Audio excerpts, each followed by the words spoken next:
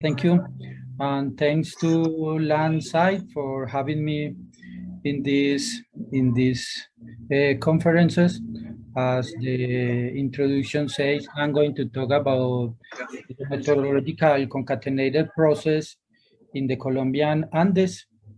Okay, and go ahead, and I will try to talk a little bit about this topic.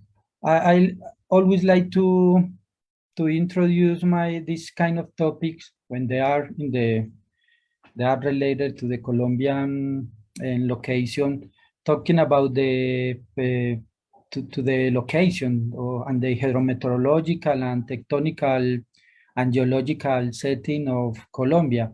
It is a very complex scenario in terms of the tectonic and in terms of the hydrometeorological setting. Colombia, as you can see here, and maybe you know, is located in the northern corner of South America, like you see here in this figure. And this part of the planet, we have an interaction between oceanic and continental tectonic plates. And these oceanic plates are the Caribbean and the Nazca plates, which are moving to the east, south and northeast, the Nazca and the Caribbean, and are making a collision with the South American plate. It means that along this part and along all the South America, we have, due to this tectonic condition, the Andean Cordillera. It means, like you see in this part, at least in the Ecuadorian and Colombian Andes, the result of this collision is a range mountains. In Colombia, these range mountains are divided into the western, the central, and the eastern Cordillera. But finally, it means that you have a territory with high slopes, with a very intense slopeness of these territories. And associated to this tectonic setting, we are also located in the equatorial zone. It means that the rainfall is a very common element in our landscape. For that reason, we have mountains, not only mountains, as you can see here in Colombia, we also have plains, the Caribbean, the Pacific, also the Amazon, and the Oriental lowlands. But as this very complex and very, it's a mixture of many kind of landscapes, are also combined with the rainfall, because we are in the equatorial zone. So finally, it means that we have many kind of natural phenomena, like debris flow, because of these mountains, catchment, and also rainfall.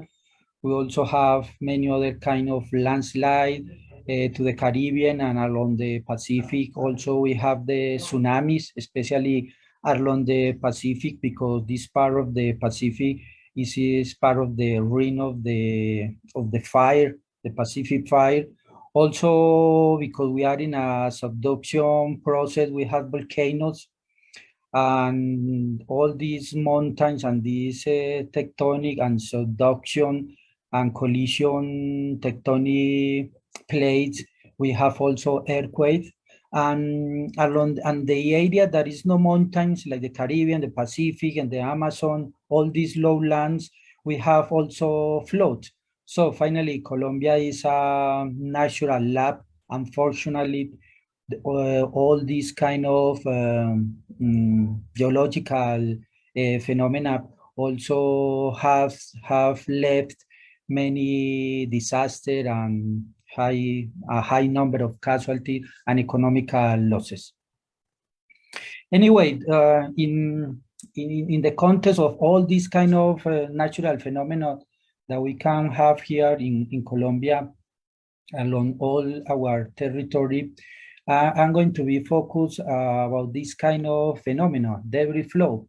And I would like to start defining this debris flow because actually it's a very complex process, and also in terms of the natural phenomena that this kind of process is a very complex process, but also is a very complex to understand the meaning of debris flow because there are many definitions. It's according to the view of the scientist who is studying this kind of phenomena.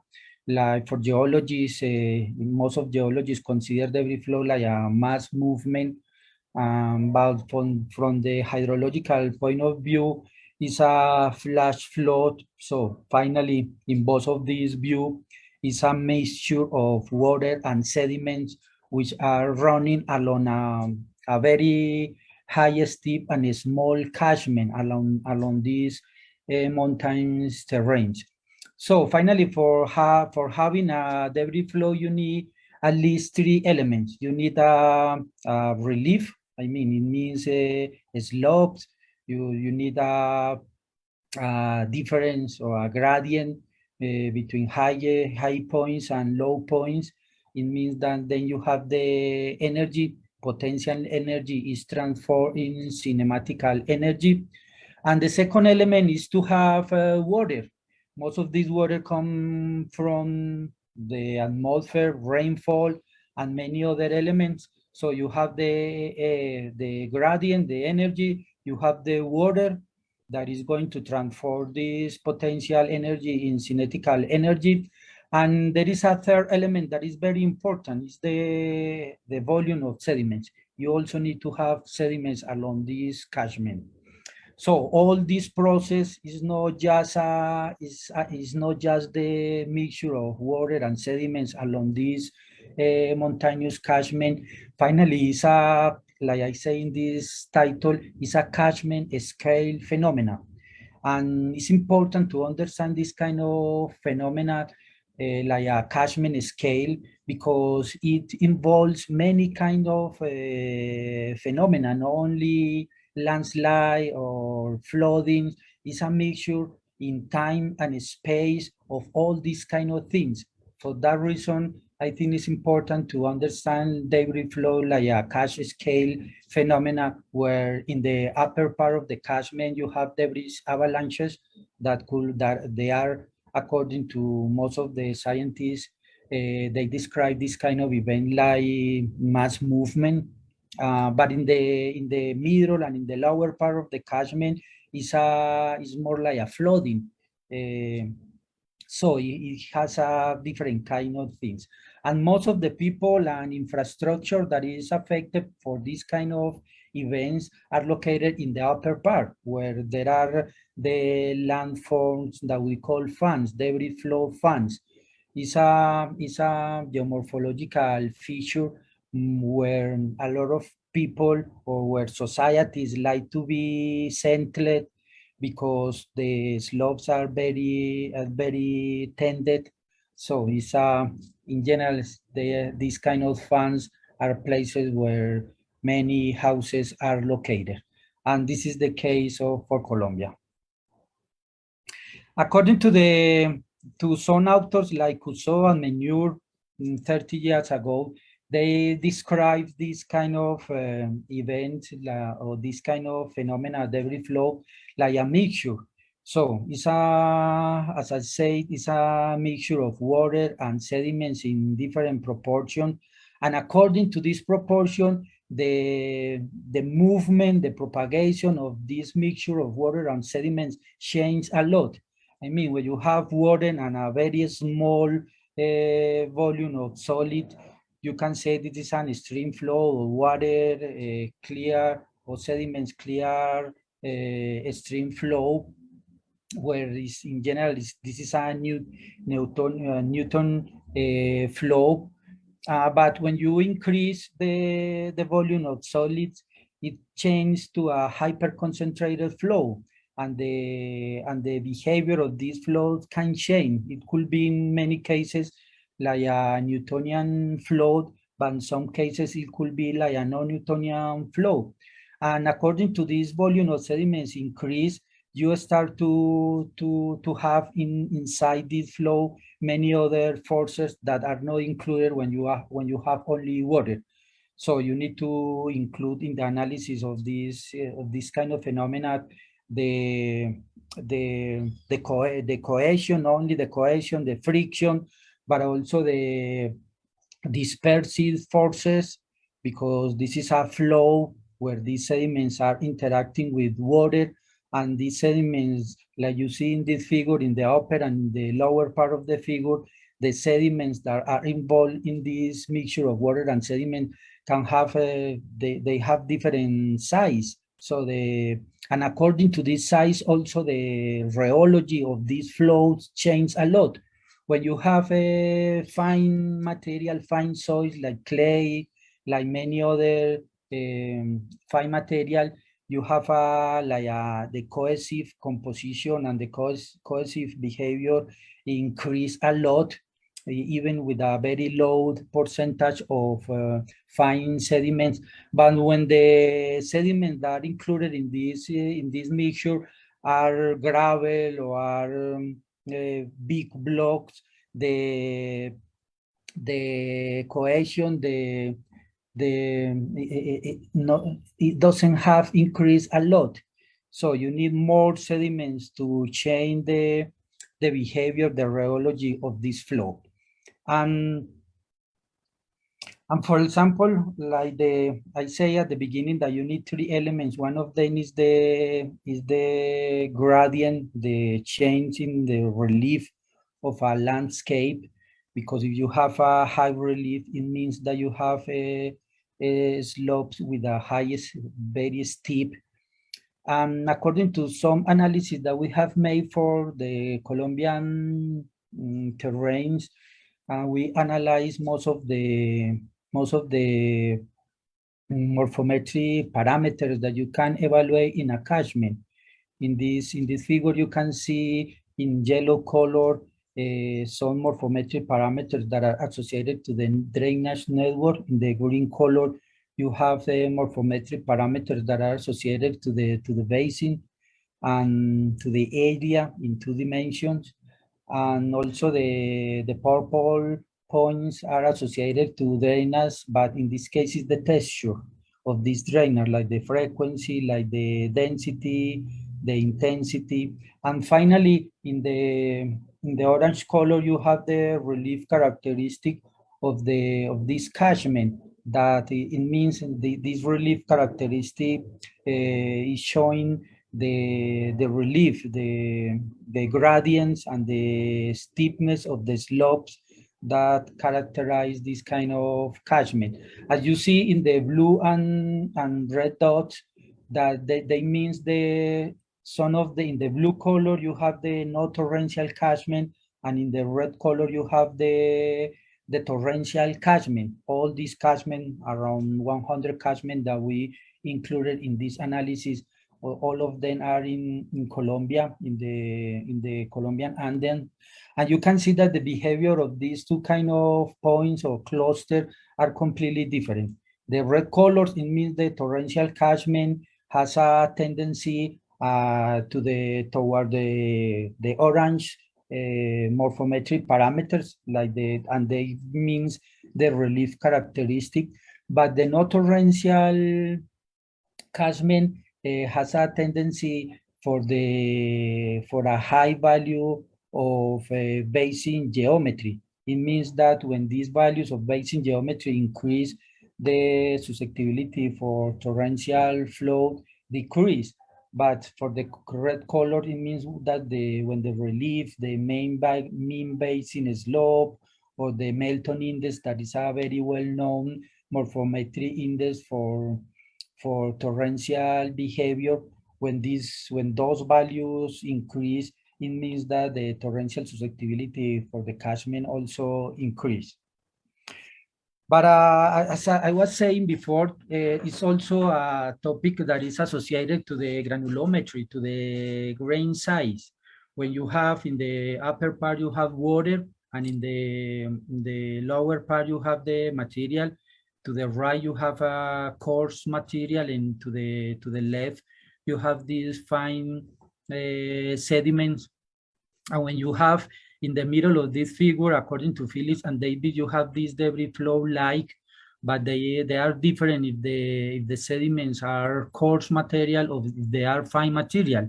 You can have a air flow, mass flow, to the when the fine material predominates in these kind of events, and also you can have a granular float or debris flow when these when these sediments, most of them has a big size. But when you have more water than sediment, like I was showing before, when the proportion of water is much higher than the proportion of sediments, you have debris float. So it means that most of these debris flow are a two-phase flow.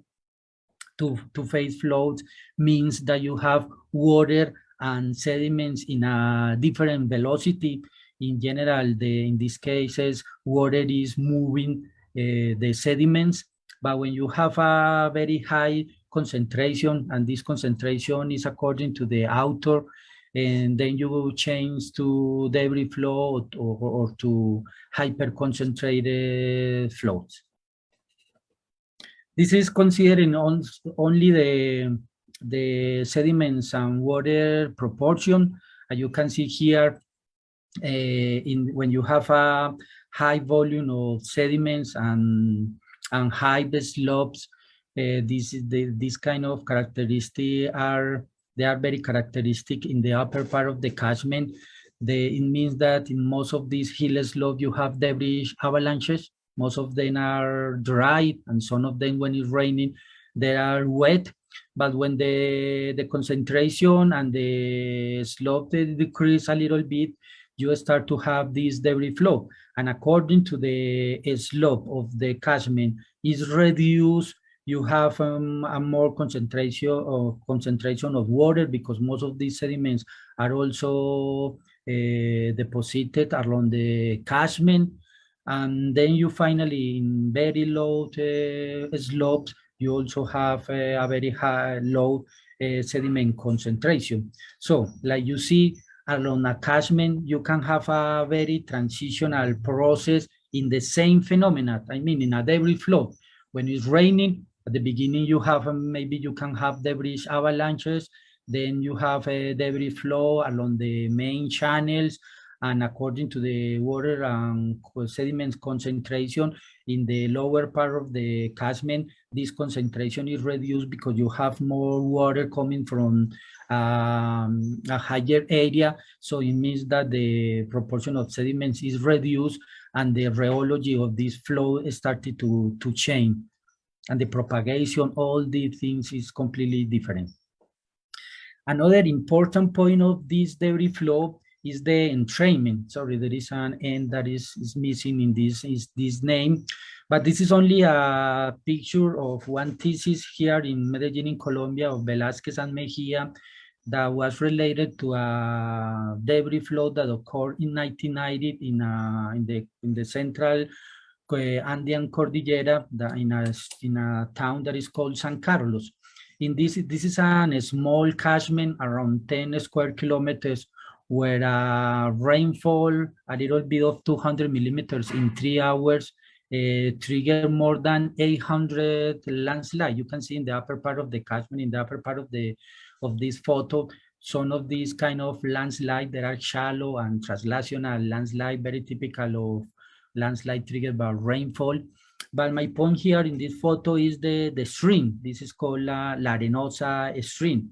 You see that it's possible to observe in this picture the erosion that this debris flow generated along the La Arenosa stream channel. So according to the picture of these guys, one of these, the guy with the hat is a Professor Michel Hermelin, who unfortunately died some years ago. He was one of the most important guys studying this kind of topics in Colombia. But according to the Professor Michel Hayt, we can approximate that it could be more than 10, 15, and in some points, I could say that you have a depth of around 20 meters. So it means more than 20 meters of incision along this channel due to this debris flow. For that reason is that many authors say that the sediments not only are coming from the landslide or erosion along the slopes. Some authors say that in some cases, a number of 80% of sediments are coming from the channel, along the channel for this kind of erosion. So it means that when we try to model this kind of phenomena, it's a very complex process because there are many type of rheology associated to this proportion of water sediments that is difficult to only model this kind of phenomena considering only one behavior. So according to here in this slide, I'm showing some of the most important models that are used to model this kind of phenomena when the concentration of sediments are very low, more than 5%, between 5% and up to 30% of sediments. And these sediments, most of them are very fine, like clay or silt. One of the models that I use is called like the Bingham model. In this case, the Bingham model is a Newtonian fluid, like water clear, but the difference is that you have a stress yield at the beginning. So you need to apply to this flow and stress at the beginning, and after this stress is applied, then you have a movement, a deformation, a plastic deformation of this flow. This is one of the approach that is used to model this kind of phenomena. But in some cases, and most cases, I think the behavior of this flow is not Newtonian. So you need to consider different approaches, and one of them has been proposed for Brian, for many other guys, and they propose, most of them is like a quadratic relationship where you have to include not only the viscous forces in the flow, but also is needed to include the turbulent and the dispersive forces that are generated in this flow. When you have a very high volume of sediments and the size of the sediments increase, then you start the grain collision is a very important process. But when you have when most of these sediments are very fine, in the flow, there is a predominance of the turbulence forces. But in some cases, you have a mixture of turbulence and grain collision, and it means that you need to include this kind of quadratic rheological behavior. One of these equations that is used is the Herschel-Bulkley, where you need to define if this is if according to the deformation of the stress in the flow increase, the behavior of this flow increase, I forget the name of this, how the sediments have a collision. So in some of these flows, you have that this increase. It means that you need to apply a higher force, or for some kind of flows, when you are applying force, with the time you need to increase, you need to reduce this value. For that reason, this core can be like this one, also could be with a convexity to the lower part of this graph.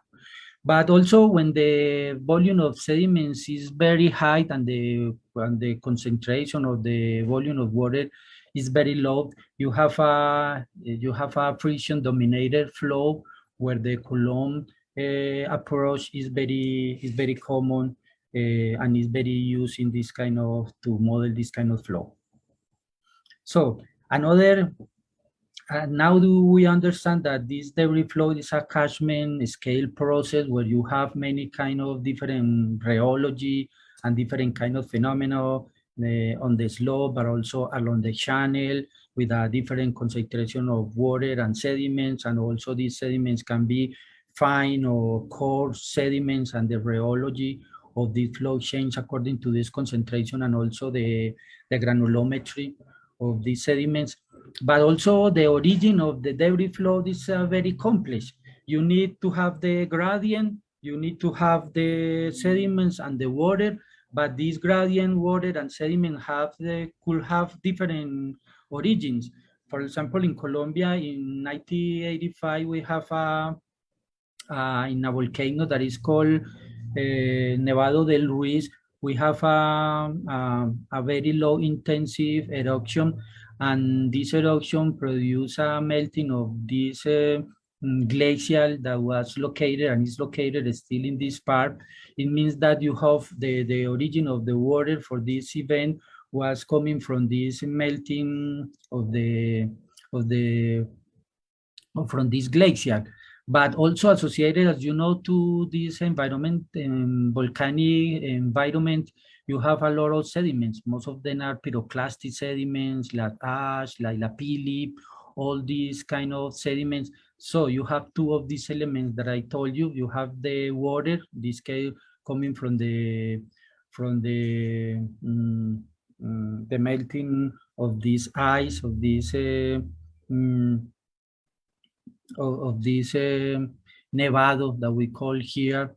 But you have also these mountains. This volcano is located about 5,000 meters above sea level. So it means that you have also the relief, you have the high steep slopes. Then finally we have a debris flow. The sediments are which predominated in this flow were very fine, also some big blocks, but the predominance of these sediments were very fine. So it means that it was like a mud flow that was coming along these channels. Three or four of the most important channels around this cordillera, the central cordillera. All these sediments were moved to the lower part, and finally 100 kilometers away from the volcano destroyed this small town that was called Armero, where 23,000 people died. So this was a debris flow, but the kind of airflow and the sediment has a volcanic origin, and the water was coming from the melting of this glacial. So in general, most people call this kind of mud flows they call lahar. And in this case, you have, it was in 1994, we have a high rainy season along the central Andean Cordillera, but at the same time, we have an earthquake around 7 of magnitude, and this combination, the hill slopes were saturated and the earthquake. Finally, we have 1,000 of shallow landslide and a mud flow along this river that destroyed many houses, and more than 1,000 people died. And this one is also completely different. It was just 7 years ago in the central Cordillera, where we have in the upper part of this catchment a rainfall in around 100 millimeters in 1 hour, and this rainfall triggered hundreds of landslides, as you see in this picture, and finally a debris flow occurred, and destroyed part of one town that is called Salgar, where almost 100 people died. So finally here you have three different kind of origin, and we have the same phenomena, but as I said before, the same phenomena, that debris flow, but the rheology and the behavior is completely different. In some of them, there are more sediments than water. In one of them, the sediments were very fine. So I am going to focus in this kind of debris flow associated to rainfall. They are the most common debris flow occurrence in Colombia. Some of these events I am showing in this picture of Colombia, and they are very recent. You can see they are from, the oldest one is this Tarazá in 2007, and San Carlos in 1990. But most of them are in the last year, in 2020, 2015, 21. So most of them is a very common process, and you see that most of these processes are located in the northern part of the Colombian Andean. See, this is the timeline of this occurrence. The first one was in 1990, but most of them, but additional to the timeline of the occurrence of this kind of debris flow associated to rainfall, you can see the distribution of this landslide. You see that most of these landslides are very shallow, and they are translational, and most of them are in soil hill slope. These kind of slopes are dominated in Colombia because we have a very high weathering, geochemical weathering. So we have soils, and from these soils and this landslide, you have the sediments. And as I was saying at the beginning, we have the mountain, the Andean mountain, and then you have the water from the rainfall. So these events, you see, it's about a high number of fatalities associated. The rainfall is, some of them has very high values of rainfall, 100 millimeters in 1 hour. But some of them also has a no very high value.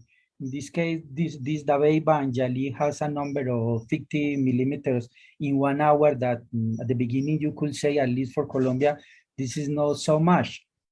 But most of them has a very high accumulated precipitation during the last days, more than 200, some of them more than 500 millimeters in only 30 days. And this is the number of landslides that were produced during this landslide cluster. Some of them, like Yali, only 100, a little bit more than 100. But some of them with values like San Carlos, like almost 700 landslide in just 1 hour. And most of these landslide, this value is associated to the number of landslides that were merged and finally made only debris flow. It means, for example, like in this value, 393, from the beginning you have almost 700 landslide, but finally it's possible to differentiate almost 400 debris flow, independent debris flow, that all these sediments are coming to the same catchment. This is the rate of source and propagation. It's around 1. Some of them is very close to 1, like this one. It means that every landslide, shallow landslide, had only one propagation route. But in this case, when this value increased, it means that many landslide merge came together to form only one debris flow propagation. This is the convex hull for this landslide. You can appreciate here the landslide density. For some of these cases, you have value of density like this one in Tarazá, in an area of only almost 30 square kilometers. And this one in Yali was less than 4 square kilometers.